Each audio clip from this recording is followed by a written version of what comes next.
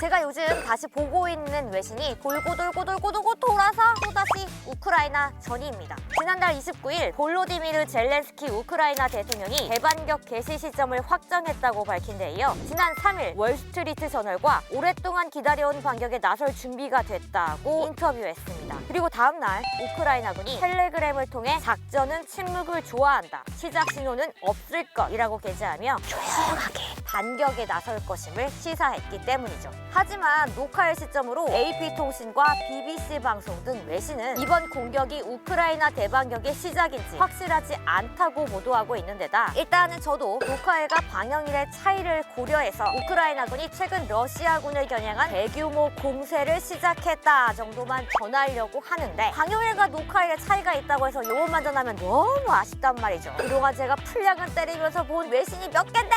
지난 4월 뉴욕타임즈를 통해 펜타곤의 우크라이나 지원 패키지 목록에 구형대전차 지뢰 M21이 포함됐다라는 기사를 봤는데요. 옛날 무기네, 협약 비중국이네, 어쩌나 저쩌네 하는 논란에다가 지뢰가 있다는 자체가 적의 신경을 은근히, 아니 대놓고 곤두서게 하는 데다 실질적으로 진격도 늦출 수 있어서 마음속에 깊이 담았답니다. 그리고 며칠 뒤 유라시아 타임즈에서도 비슷한 기사를 발견했는데요. 우크라이나군이 대규모 반격을 위한 준비로 러시아 진영을 가차없이 포격하고 있는데 그중 하나가 AT-2 대전차 지뢰라고 밝혔습니다. 독일제 AT-2 대전차 지뢰, 조금은 생소하실 텐데요. 지난해 우크라이나가 이 지뢰를 활용해서 러시아군 전차 120여 대를 파괴했다고 밝힌 그 전력입니다. 물론 우크라이나 피셜이기 때문에 이만큼, 아니 조금 많이 뻥튀기가 됐을 수도 있는데 많은 전력이 파괴됐기 때문에 그냥 씩 하고 넘어갈 정도는 아닌 거죠. 이런 상황에서 제가 또 신기반기한 기사를 캐치했어요. 워싱턴 포스트의 기사인데 우크라이나가 반격을 하기 위해서 가장 먼저 자신들이 전설을 따라 매설한 수천 개의 지뢰를 제거해야 한다는 겁니다. 실제로 하고 있다고 해요. 밤에 몰래 손으로요. 터지면 안 되니까요. 워싱턴 포스트는 지뢰를 제거해야만 반격이 가능하다면서 오랫동안 기다려온 반격이 아직 시작되지 않은 여러 이유 중 하나가 바로 지뢰일 것이라고 전했습니다. 특별한 훈련과 장비가 필요하다고도 덧붙였죠. 그래서 우리 군은 말이죠. 특별한 장비를 미리미리 준비하고 이것과 관련한 훈련을 차근차근 하고 있는데요. 그 현장을 보여드리기 위해 제가 장성에 있는 육군 공병학교에 왔습니다. 특히 오늘은요. 현존 전력과 미래 전력이 한 자리에서 모두 보여지는 훈련이 진행된다고 하는데요. 그 현장 지금 가보도록 하겠습니다. 바로 가시죠. 자, 여기가 오늘 훈련장입니다. 월밀대 시청자분들은 이런 형식의 훈련장 익숙하시죠? 하지만 오늘은 좀 다릅니다. 바로 미래전력이 대거 시연되기 때문입니다. 미래전력이 시연되는 건 이번이 최초라고요. 최초! 퍼스트! 정말 엄청 기대되지 않나요? 그 닭이라고요? 아, 일단 저 믿고 한번 봐보셔. 한 방울 터진다고! 먼저 평균 전력 유격 시험입니다.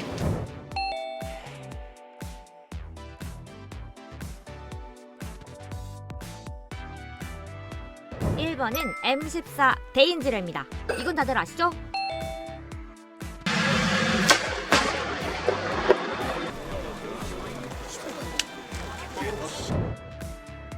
꾹 넣어서 돌려. 원격 운용 통제탄은 어떤 장비일까요? 적이 나타나는 지역에 설치를 해서 적을 육안으로 탐지하고 식별되면 운용자가 원격으로 원격 제어 무선 장치 통해서 발사통을 발사해서 적을 제압하는 그런 장비입니다. 살포시 설명을 더하면 발사구를 선택적으로 기폭할 수 있다는 겁니다. 오늘은 한꺼번에 기폭하는데요. 바로 보시죠.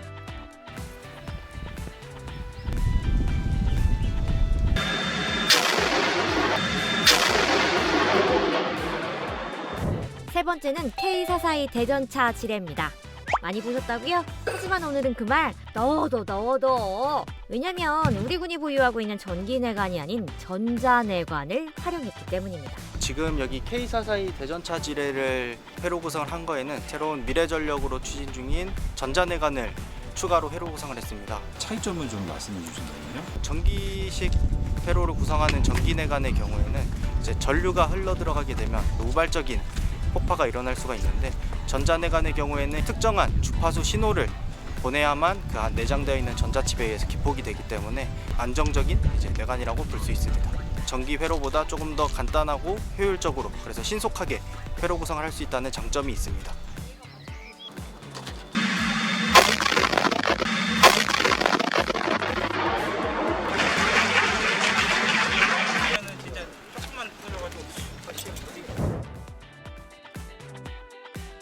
네 번째는 포민스 2입니다.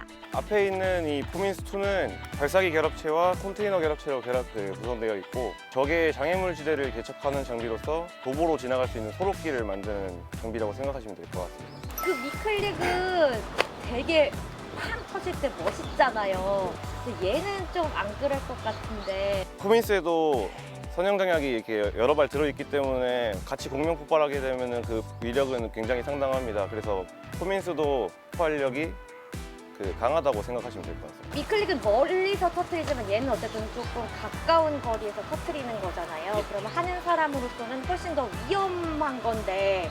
이게 격발이 되면은 25초 내에 터지게 됩니다. 그 안에는 사람이 걸어서 나와도 좀 대피할 수 있는 충분한 거리가 이격되기 때문에 상관없어요.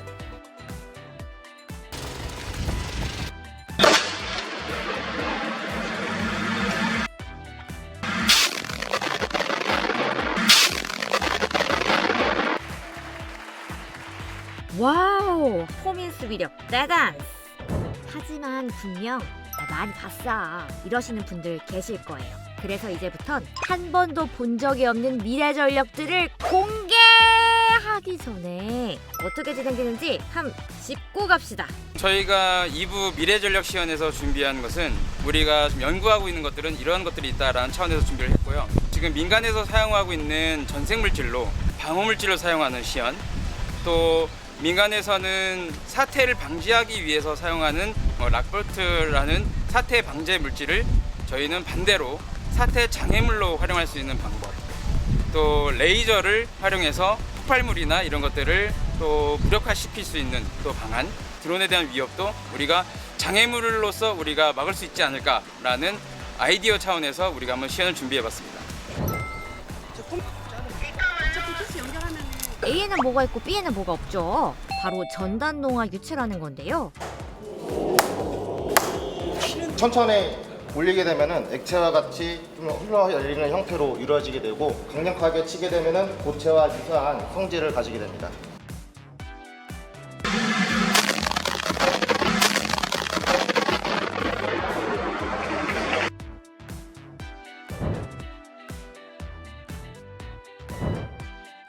여섯 번째 설명은 직접 들어보시죠.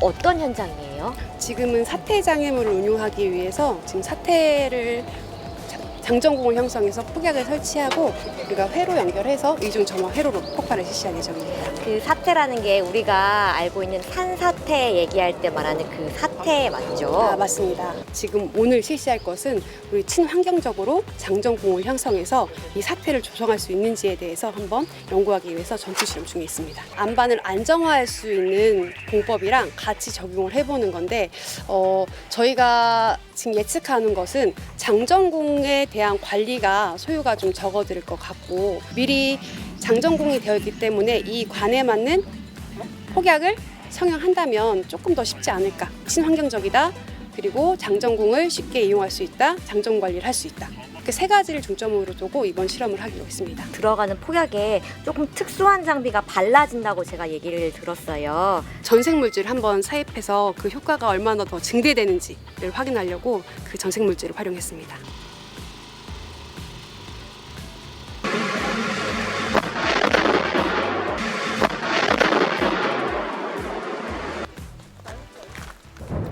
여러분, 지금부터가 찐입니다.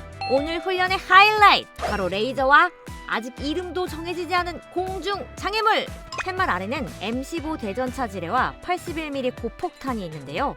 여기에 소형 레이저 무기를 통해 레이저를 조사하는 겁니다. 먼저 M15 대전차 지뢰입니다. 레이저 발사! 뭐지? 저 불은? 심지어 불도 모닥불. 이거 어떻게 된 거죠? 레이저 무게는 굉장히 높은 에너지가 조사되게 됩니다. 그래서 설치된 지뢰의 표면이 얇기 때문에 지금 화면의 모습처럼 포장 용기에 구멍이 뚫리게 되고 내부에 있는 주 장약이 연소가 되는 표면이 되게 됩니다. 아하, 그렇구만. 영화처럼 뭔가 징 소리 나고 쾅 하고 터질 줄 알았는데 현실과 영화는 다르구만. 그럼 81mm 고폭탄은?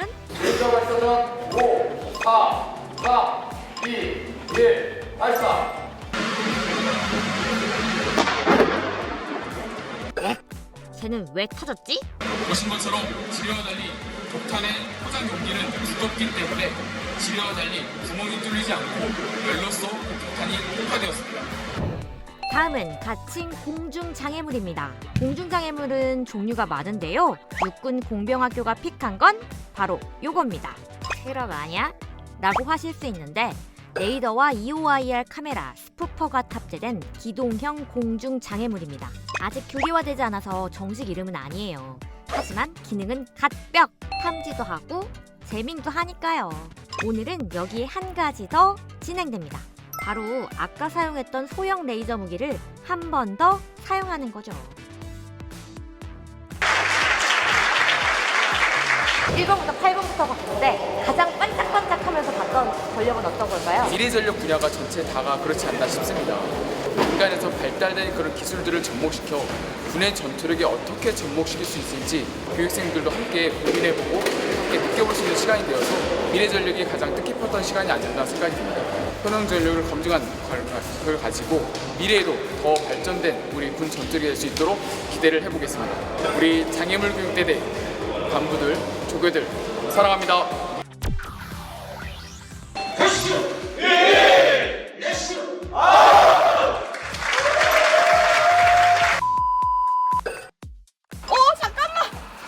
이렇게 하고 멘트 할 수 있을 것 같아요. 포미스2는 많은 분들이 알고 계신 미클립과 운영 방식이 동일합니다.